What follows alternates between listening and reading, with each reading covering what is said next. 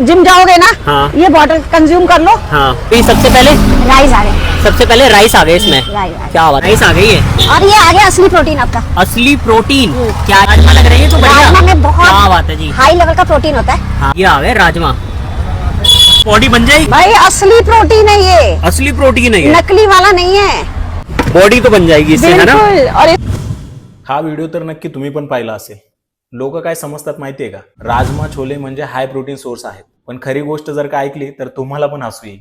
100 ग्राम उकडलेल्या राजम्यात काय असतं बघा, 127 कॅलरीज, 22 ग्राम कार्ब, 6 ते 7 ग्राम फायबर आणि प्रोटीन फक्त 8 ते 7 ग्राम, म्हणजे जास्त कार्बोहायड्रेट तरी हाय प्रोटीन म्हटलं जातं। आता जर 30 ग्राम प्रोटीन राजम्यातून घ्यायचं म्हटलं तर साधारण 345 ग्राम राजमा खावा लागेल। तेवढा राजमा खाल्ल्यानंतर पोटात प्रोटीनपेक्षा गॅस जास्त बनेल। आणि हा खेळ फक्त राजम्यापुरताच नाही, छोले, मूग, डाळ, चणे सगळे जवळपास सेम आहेत। कार्ब जास्त, प्रोटीन कमी आणि गॅस फ्री ऑफ कॉस्ट।